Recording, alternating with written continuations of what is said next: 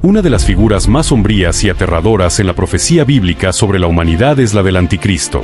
Su nombre ha causado miedo, teorías y controversias a lo largo de los siglos. Sin embargo, más allá de las especulaciones, la Biblia deja claro que este ser no será simplemente un líder político o un tirano dictatorial, sino un hombre con poderes sobrenaturales que asombrarán al mundo entero. Surgirá en medio del caos global como un salvador que unifica y pacifica, pero su fuerza no provendrá de Dios, sino del mismo infierno. Lo más perturbador es que no solo hablará con palabras, sino que mostrará señales, prodigios y milagros que cautivarán a las multitudes. Serán milagros tan impresionantes que engañarán a millones, incluso, si fuera posible, a los elegidos. ¿Cómo puede un hombre poseer tal poder? ¿Qué tipo de milagros realizará para conmover las creencias del mundo entero? Y lo más importante, ¿cómo debemos prepararnos ante esta manifestación de engaño sin precedentes? Querido espectador, lo que estás por descubrir podría transformar tu comprensión del tiempo profético en el que vivimos. Acompáñanos en este revelador viaje y exploremos juntos los 4 milagros que el Anticristo usará para conquistar al mundo y por qué solo Cristo podrá destruirlo con el resplandor de su venida. Antes de seguir, cuéntanos, ¿de qué país crees tú que podría surgir el Anticristo? Déjanos tu opinión en los comentarios. Comencemos. Es posible que nuestra visión del Anticristo esté más influenciada por novelas y películas que por lo que realmente dice la Biblia. A lo largo de la historia de la Iglesia, se han hecho muchas especulaciones sobre este personaje, lo que ha generado confusión y mitos acerca de su identidad y acciones. Para comprender quién será realmente el Anticristo, debemos ir directamente a las Escrituras. Es interesante observar que el término Anticristo solo aparece en las cartas del apóstol Juan. En español, el prefijo anti significa en contra de, pero en griego tiene la idea del lugar de, lo que nos lleva a entender que el Anticristo no solo se opondrá a Cristo, sino que intentará sustituirlo, presentándose a sí mismo como el verdadero Mesías. Según muchos estudiosos y expertos en profecía bíblica, el Anticristo será la máxima expresión de rebelión contra Jesucristo. Movido por fuerzas demoníacas, realizará señales y prodigios falsos que engañarán a millones de personas. Muchos lo verán como un dios, quedando cegados por sus milagros aparentes. En 2 Tesalonicenses 2:9 se nos dice: este hombre hará la obra de Satanás con poder, señales y milagros falsos. Por eso, hoy queremos presentarte 4 milagros falsos que el Anticristo hará, según la palabra de Dios, para que no caigas en el engaño y puedas discernir los tiempos que se avecinan. Número 1. Imitará la resurrección. La base bíblica para este punto se encuentra en Apocalipsis 13, específicamente en los versículos 1 al 10. Allí, el apóstol Juan describe una visión impactante. Vi una bestia que subía del mar, tenía 7 cabezas y 10 cuernos, y en cada cuerno había una corona, y en cada cabeza estaban escritos nombres que blasfemaban a Dios. Esta bestia se parecía a un leopardo, pero tenía las patas de un oso y la boca de un león. El dragón le dio su poder, su trono y gran autoridad. Vi que una de las cabezas de la bestia parecía estar herida de muerte, pero la herida mortal sanó. El mundo entero se maravilló de este milagro y juró lealtad a la bestia, adorando al dragón por haberle dado tal poder. ¿Quién es tan grande como la bestia?, exclamaban. La primera bestia que emerge del mar se identifica en otras partes de la Biblia con nombres como el hijo de perdición, el hombre de pecado o el inicuo, y junto a ella aparecerá una segunda bestia que subirá de la tierra, actuando como portavoz o ministro de propaganda de la primera, promoviendo su imagen y autoridad. Esta segunda bestia se presenta más adelante como el falso profeta, quien jugará un papel clave en el engaño espiritual de los últimos tiempos. El aspecto de esta bestia es ciertamente aterrador, pero lo que la convierte en un enemigo extremadamente peligroso es que el dragón le ha entregado su poder, su trono y su gran autoridad. Nos encontramos ante una figura que representa la misma esencia de Satanás. La conexión entre el dragón y la bestia busca imitar la relación sagrada entre el Padre y el Hijo. Así como Cristo comparte el trono celestial con el Padre, el Anticristo compartirá el trono y la autoridad con el dragón. Los incrédulos verán a esta bestia como un líder extraordinario, alguien con el carisma de los grandes conquistadores de la historia. Su personalidad cautivadora y su aparente sabiduría lo harán destacar entre los hombres. Además, tendrá la capacidad de realizar milagros sorprendentes que fascinarán al mundo y engañarán a las multitudes. El texto de Apocalipsis dice: vi que una de las cabezas de la bestia parecía estar herida de muerte, pero la herida mortal sanó. El mundo entero se maravilló de este milagro y juró lealtad a la bestia. Aunque no se ofrecen muchos detalles, el texto afirma que esta bestia recibió una herida mortal, pero que la sanó de forma milagrosa o sobrenatural. Es interesante notar que la expresión herida de muerte es la misma utilizada en Apocalipsis 5:6 para describir al Cordero que fue presentado como inmolado. Satanás intentará imitar al verdadero Mesías, reproduciendo de manera engañosa su muerte y resurrección para desviar a las multitudes y tomar la adoración que solo le pertenece a Cristo. Aunque el texto no afirma explícitamente que la bestia muera, su asombrosa recuperación jugará un papel clave en la consolidación de su dominio mundial. Los que aún dudaban de su autoridad, al ver la bestia gravemente herida y luego completamente restaurada, dejarán de resistirse y se rendirán a su control. Su popularidad alcanzará niveles impresionantes. Durante los juicios de los sellos y las trompetas, la muerte se extenderá por la tierra, y en ese contexto de caos y desesperación, la aparición de esta figura aparentemente invulnerable será vista como la única esperanza de salvación, facilitando su conquista global. El relato bíblico nos dice: adoraron al dragón por haberle dado semejante poder a la bestia, y también adoraron a la bestia. ¿Quién es tan grande como la bestia?, exclamaban. ¿Quién puede luchar contra ella? Todo esto es verdaderamente impactante. Cuando el verdadero Cristo vino al mundo, la multitud clamó con una sola voz pidiendo su crucifixión. Sin embargo, cuando este gran impostor se manifieste, todos querrán coronarlo. La humanidad rechazó la verdadera resurrección de Jesús, pero estará dispuesta a caer en el engaño de este falso Mesías. Lo más alarmante de todo esto es que la aparente restauración de la bestia no traerá redención y esperanza, sino que solo servirá para reforzar su poder y control, permitiéndole eliminar sin piedad a todos aquellos que se opongan a su gobierno. En cambio, la muerte y resurrección de Cristo ofrece perdón y vida eterna al hombre pecador. Pero no debemos sorprendernos, ya que el mismo Señor Jesucristo nos advirtió de antemano que esto sucedería. En Juan 5:43 nos dice: «Yo he venido en nombre de mi Padre y no me recibís. Si otro viniere en su propio nombre, a ese recibiréis». Número 2. Ofrecerá una aparente paz y seguridad mundial. A lo largo de la historia, el gran deseo de la humanidad siempre ha sido alcanzar la paz en la tierra, un anhelo que persiste hasta el día de hoy. Sin embargo, esta esperanza parece cada vez más lejana debido a la corrupción de los líderes que han dejado a sus pueblos en la incertidumbre. Este panorama preparará el terreno para que la humanidad caiga en el engaño de la paz ofrecida por el anticristo, una paz superficial que en realidad ocultará su verdadero objetivo, el control total. En Daniel 9:27 leemos: «Durante una semana, ese gobernante hará un pacto con muchos, pero a la mitad de la semana pondrá fin a los sacrificios y ofrendas, y en el templo establecerá la abominación que causa la desolación hasta que llegue el desastroso fin que le ha sido decretado». Este texto nos revela que, al comenzar la última semana de la profecía, el gobernante que se levantará hará un pacto con muchos. Otros textos sugieren que impondrá ese pacto a la fuerza. Ya sea mediante la diplomacia o la fuerza, Israel vivirá en paz y seguridad, lo que les permitirá reedificar su templo en Jerusalén. Es importante señalar que, al comenzar la segunda mitad de esta última semana profética, el príncipe que vendrá hará cesar los sacrificios y las ofrendas, lo que implica que el templo judío estará funcionando de nuevo. Aunque hoy en día esto parece casi imposible, recordemos que el lugar donde estuvo el templo judío está ahora ocupado por la cúpula de la roca, el tercer sitio más sagrado para el Islam. Pensar que los judíos puedan reclamar este espacio a los musulmanes parece impensable. Con más de 100 millones de musulmanes frente a solo 14 millones de judíos, es difícil imaginar cómo este príncipe convencerá a los musulmanes para ceder este sitio y permitir la reconstrucción del templo judío. Sin embargo, todo parece indicar que él confirmará un pacto con muchos, no solo con judíos y musulmanes, sino también con otras naciones. Es interesante notar que varias religiones del mundo esperan la llegada de un Mesías o figura salvadora. Por ejemplo, los musulmanes esperan al Mahdi, quien, según la tradición islámica, vendrá para restaurar la verdadera religión y gobernar el mundo antes del fin. Los hindúes esperan a Kalki, el 10º avatar de Vishnu, quien vendrá para terminar con la oscuridad y restaurar la justicia.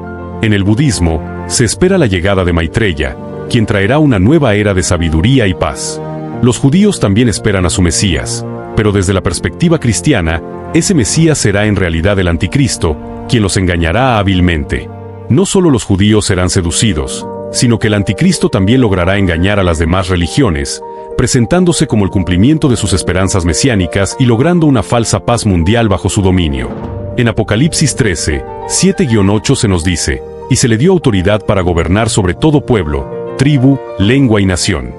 Y adoraron a la bestia todos los que pertenecen a este mundo, aquellos cuyos nombres no estaban escritos en el libro de la vida del Cordero que fue sacrificado desde antes de la creación del mundo».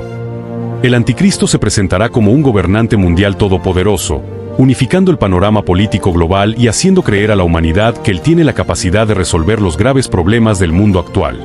Su gobierno generará un entusiasmo tan grande entre las masas que muchos lo adorarán. Pero no todos lo harán. Solo aquellos que se han negado a creer en Dios se rendirán ante él. Al final, no hay puntos intermedios. O adoramos a Dios o adoramos a Satanás, o abrazamos la verdad o somos seducidos por la mentira. No existe una zona neutral. Aquellos que rechacen la verdad de Dios no tendrán más opción que entregar sus vidas a la gran mentira, a la aparente paz ofrecida por el anticristo. Sin embargo, sabemos que toda falsedad tiene un límite y no puede sostenerse para siempre. En 1 Tesalonicenses 5:3 leemos: cuando digan paz y seguridad, entonces vendrá sobre ellos destrucción repentina, como los dolores a la mujer encinta, y no escaparán.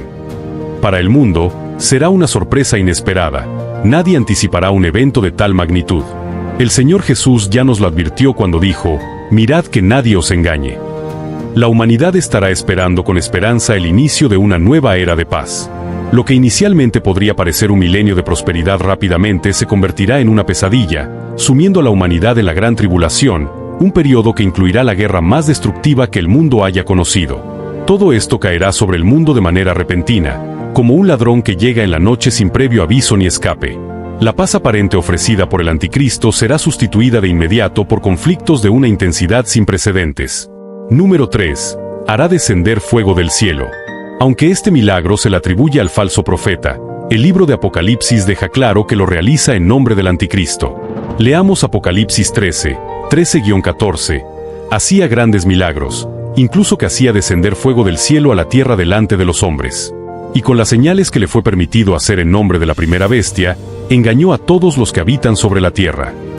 El falso profeta no intentará convencer al mundo de que Dios no existe, sino que usará todo su poder para persuadir a la humanidad de que el anticristo es la máxima autoridad en la tierra, buscando que todos lo adoren. Imitando la obra del Espíritu Santo, quien no busca su propia gloria sino que dirige a los hombres hacia Cristo, el falso profeta utilizará su poder de persuasión para que el mundo le rinda honor y gloria al anticristo. Como parte de su estrategia, el falso profeta realizará señales tan sorprendentes que incluso hará caer fuego del cielo, una señal que en su momento fue realizada por el profeta Elías. Es importante notar que no todo milagro proviene de Dios. Recordemos a los hechiceros del faraón, quienes, mediante artes diabólicas, lograron imitar los milagros que Moisés hacía en el nombre del Señor.